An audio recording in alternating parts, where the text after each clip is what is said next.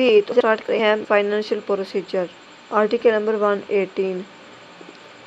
बजाय हम अगर देखें तो अगर हमने पीछे पढ़ा हो तो आपको याद होगा कि हमने फाइनेंशियल प्रोसीजर फेडरल गवर्नमेंट में भी पढ़ा था। फेडरल गवर्नमेंट में जो प्रोसीजर है ना, सेम वही प्रोसीजर यहाँ पे भी है। ठीक है, उसका भी एक जो प्रोसीजर था वो जो थी फेडरल गवर्नमेंट बेयर करती थी, और यहाँ पे भी कौन बेयर करता है? प्रोविंशियल। वो ऊपर वाली सतह पे थी और नीचे वाली सतह पे है। तो इसके भी लोन्स होते हैं, इसके भी रेवेन्यूज होते हैं, पेमेंट्स होती हैं, ये कोई भी मतलब होता है, टैक्स वगैरह होता है जो प्रोविजनल से आता है। कोई भी प्रोविंस में से कोई भी टैक्स जमा होता है, कोई भी डिपोजिशन होती है, तो उसको वो कहाँ जमा कराया जाता है? एक प्रोविजनल कंसोलिडेटेड फंड में।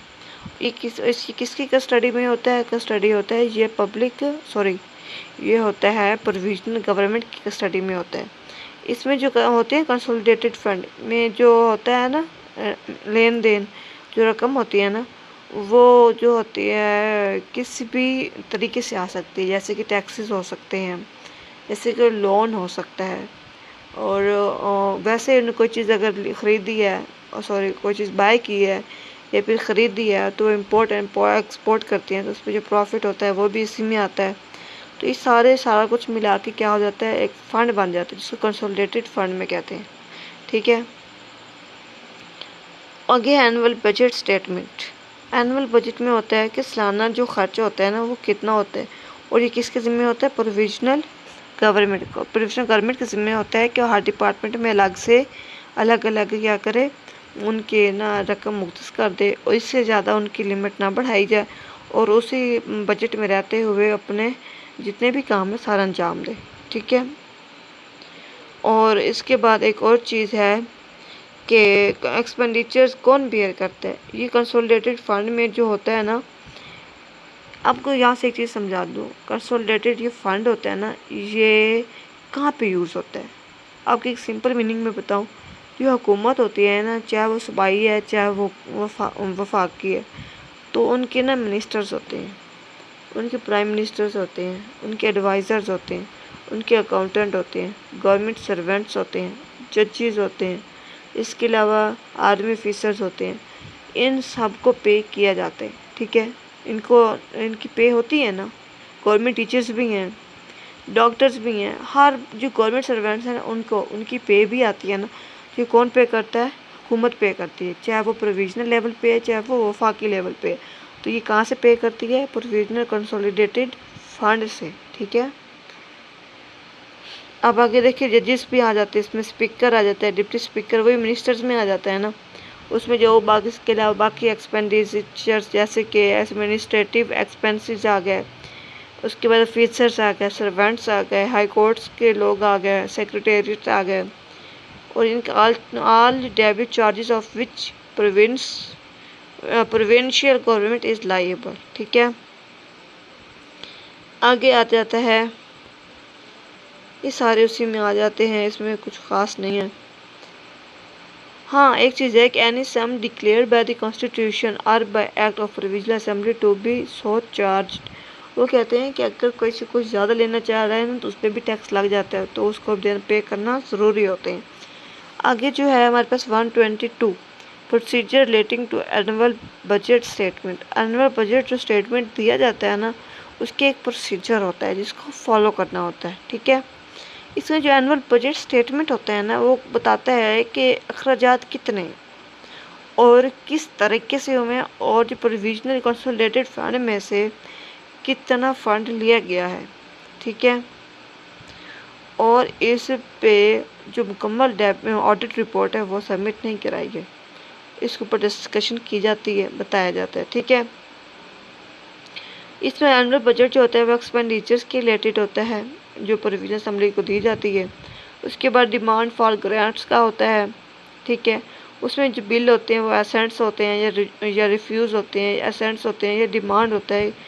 इस तरह से कोई भी रेफरेंडम आ जाता है ना, तो उसके बारे में होता है। कोई भी बिल आ जाते हैं ना, तो उसको मंजूर करना है या नहीं करना, रिजेक्ट करना है या उसको तब्दील करना है, ये भी इसी में आ जाता है, एनुअल बजट स्टेटमेंट में आ जाता है। वो कहते हैं कि no demand for a grant shall be made except in the recommendation of the province government. पीछे जब तक फेडरल गवर्नमेंट ना चाहे कोई एक्स्ट्रा उनको ग्रांट नहीं दी जा सकती। इसी तरह से प्रोविजनल गवर्नमेंट में भी यही है कि जब तक प्रोविजनल गवर्नमेंट ना चाहे तो किसी के लिए भी कोई ग्रांट नहीं है, चाहे वो मिनिस्टर्स भी क्यों ना हो। आगे authentication of schedule of authorised expenditures. पीछे हमने पढ़ा था ना, वो क्या होता है, प्राइम मिनिस्टर होते हैं जो इन होते हैं शेड्यूल जो अखराजात के ना किसकी ऑथेंटिकेशन होती है, किसकी जिम्मेदारी होती है। तो पीछे पढ़ते हैं हमने प्राइम मिनिस्टर। इसी तरह यहाँ पे क्या पढ़ेंगे, चीफ मिनिस्टर। चीफ मिनिस्टर क्या होता है, वो एक शेड्यूल बनाता है, ऑथेंटिफिकेशन देता है, ठीक है। वो किस ग्रांट दे सकता है, किस ले भी सकता है, ठीक है। आगे है कि ना इसमें ना प्रोविजनल कंसोलिडेटेड फंड है ना, इसमें जो अखराजात ऐसे हो जाते कभी बका ये कहते हैं not exceeding in any case the sum show in statement provisionally laid before the assembly. कहते हैं कि कोई कभी ऐसा हो जाता है कि जो कंसोलिडेटेड है उसमें जो फंड्स हैं वो रिक्वायरमेंट्स जो होते हैं अखराजात को उसको पूरा नहीं कर रही होती, तो उस सिलसिले में भी क्या होता है, जनरल असेंबली के सामने बहस की जा सकती है। उसके बाद stools authenticated shall be laid before the provisional assembly but shall not be open to discuss or vote thereof. वो कहते हैं प्रोविजनल असेंबली जो है ना उसको ये ऑथेंटिफिकेशन होती है कि वो असेंबली के सामने क्या करे, बताए कि मैं हमारे पास पैसे नहीं है, तो उसके ऊपर खर्चे वगैरह नहीं है, ठीक है। आगे सेम वही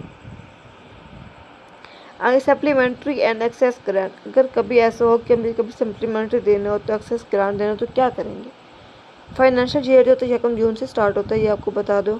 और ये जो होते हैं ना ये एक्स्ट्रा चीज़ जो होते हैं सप्लीमेंट्री और एक्सेस मतलब ग्रांट हो गए, कहते हैं ना कि उसके तो वारे न्यारे हो गए हैं। क्यों हो गए, क्योंकि उनकी हुकूमत है, उनके वारे न्यारे, उनका मतलब वो ऐश कर रहे हैं, अपनी मर्जी के कर रहे हैं, मन मर्जियाँ कर रही हैं, अपनी मर्जी से एक्सपेंडिचर्स दे रहे हैं, ले रहे हैं, सर्विसेज कर रहे हैं, प्रोटोकॉल ले रहे हैं, और इस पर जो बजट वगैरह होता है वो हुकूमत बर्दाश्त कर रही होती है, ठीक है। उसके बाद आगे चलते हैं,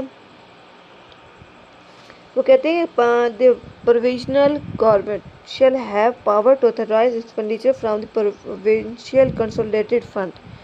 कहते हैं कि प्रोविजनल जो होती है ना हुकूमत, उसके पास ये पावर होती है कि प्रोविजनल कंसोलिडेटेड जो फंड है उससे अखराजात को ऑथोराइज करे, ठीक है। अगर वो कभी ऐसा हो जाता है कि बजट जो कम हो जाता है ना तो खर्चे ज़्यादा हो जाते हैं तो बजट को रोक भी सकते हैं, ठीक है। आगे वोट्स ऑन अकाउंट, ये थोड़ा सा देख लें आप।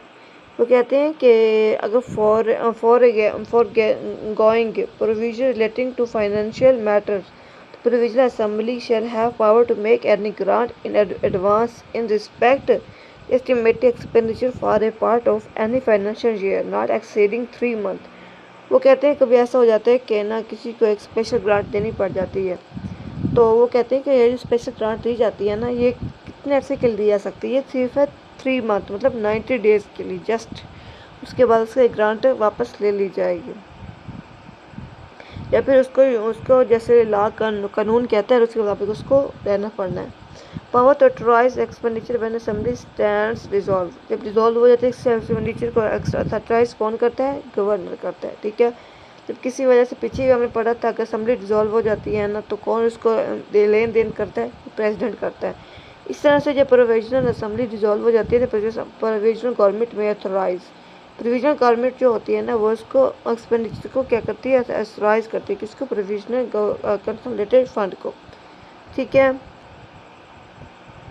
और ये 4 माह से ज़्यादा किसी भी फाइनेंशियल ईयर के 4 माह से ज़्यादा ये किसी भी एक्सपेंडिचर को नहीं बेयर कर सकती। जैसे कि इलेक्शंस हैं, इलेक्शन 90 डेज में ज़रूरी होता है कि बाद को ऐसा जाता है कि मतलब इलेक्शंस करवाने उसके बाद काउंटिंग फिर रिज़ल्ट आने में फिर नई हुकूमत बनने में टाइम लग जाता है, तो ये अप्रॉक्सीमेटली 20 डेज़ 3 to 4 मंथ लग जाते हैं। तो ये इसकी बात हो रही है कि सिर्फ 4 माह तक ही कर सकते हैं, इससे आगे वो नहीं जा सकते, ठीक है। आगे provision related to national assembly to apply to provisional assembly. कहते हैं कि कौन कौन सी प्रोविजंस हैं जो नेशनल असेंबली में तो अप्लाई होते हैं तो वही प्रोविजनल असेंबली में भी अप्लाई होना उनका ज़रूरी है। जैसे कि पर क्लास 2 है 8 है article 53, class 2 and 3 of article 54, 55, 56, 7, 3 to 67 disqualification आ जाती हैं। आर्टिकल 69, आर्टिकल 77 मुख्तलिफ नाम दिए गए हैं। Shall apply to and in relation to provisional assembly or a committee or a member thereof the or provisional government but so that कहते हैं any reference in those provisions by legislature house and national assembly shall be read in reference to provisional assembly any reference in those provisions to president shall be read as a reference to governor or to the province. वो कहते हैं कि जैसे क्या मतलब अगर जो मजलिस शूरा जो है ना, अगर उसमें वो कोई प्रोविजंस चाहती है ना, वो क्या करेगी, एक क्या वो अपने प्रोविजनल असेंबली का रेफरेंस करेगी। ठीक है, अगर कोई प्रोविजन ऐसा जाता है कि प्रेसिडेंट जो होता है ना, वो क्या करता है, रेफरेंस करते हैं, गवर्नर को भी रेफरेंस कर सकते हैं। जो नेशनल असेंबली है प्रोविजनल असेंबली के साथ रेफरेंस करेगी या हाउस जो है, और जो प्रेसिडेंट किससे करेगा, प्रोविजन करेगा गवर्नर से। ठीक है, प्रेसिडेंट गवर्नर से और जो नेशनल असेंबली प्रोविजनल असेंबली से। ठीक है, जैसे हम पीछे पढ़ नहीं लिया हमने, वही चीज़ बता रहे हैं कि इनके रिलेशंस क्या हैं। अब जैसे उनके रिलेशंस का ही बता रहे हैं जो पीछे मैं आपको बताती आ रही हूँ। कहते हैं कि the federal government shall be read as a reference to the provisional government. जैसे हमने नेशनल असेंबली का पढ़ा है वैसे हमने प्रोविजनल पढ़ा, फिर जैसे प्रेसिडेंट पढ़ा वैसे हमने गवर्नर पढ़ा, जैसे हमने फेडरल गवर्नमेंट पढ़ा वैसे हमने प्रोविजनल गवर्नमेंट पढ़ा। बस सेम है, बस नेम्स का डिफरेंस है, जैसे ऊपर लेवल पर नीचे हो सकते हैं। ठीक है, जैसे प्राइम मिनिस्टर था तो वैसे चीफ मिनिस्टर होता है, चीफ मिनिस्टर होता है। जैसे फेडरल मिनिस्टर होते हैं वैसे प्रोविजनल मिनिस्टर्स होते हैं।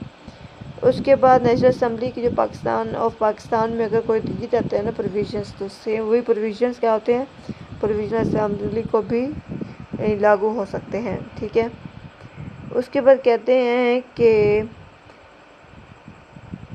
For the word 130 the words were substituted. ये आपको ये बता दो 130 क्या है, मतलब एक साल में ना 120 डेज या 120 सेशन होना है, मतलब 3 से 4 सेशन, और हर जो एक सेशन दूसरे सेशन में जो गैप हो सकता है ना, वो मैक्सिमम 130 डेज का हो सकता है। ये वही चीज़ बता रहे हैं, ये चाहे वो सूबाई असम्बली चाहे वो वफाक की है, तो ये चीज़ दोनों पे अप्लाई करती है। एक सेशन असम्बली के एक सेशन हुआ है, दूसरे सेशन में मिनिमम कितना डेज का डिफरेंस होगा, 130 डेज का। ठीक है, उसके बाद आता है ऑर्डिनेंसेस। सदर का भी देखा था हमने, ऑर्डिनेंस क्या होता था, एक स्पेशल कंडीशंस में ना एक हुक्मनामा जारी होता है जिसके रूल्स भी होते हैं, रेगुलेशंस उसके सेट किए होते हैं, उसको ऑर्डिनेंस कहते हैं। जब पंजाब में नीचे प्रोविजनल हुकूमत की बात हो रही है तो यहाँ पे कौन ऑर्डिनेंस काम देगा, ऑर्डर देगा, ऑर्डर से निकले ऑर्डिनेंस गवर्नर। ठीक है, उसके अपने रूल्स होंगे, रेगुलेशंस होंगे जो उस टाइम उस पर अप्लाई होते होंगे। ठीक है,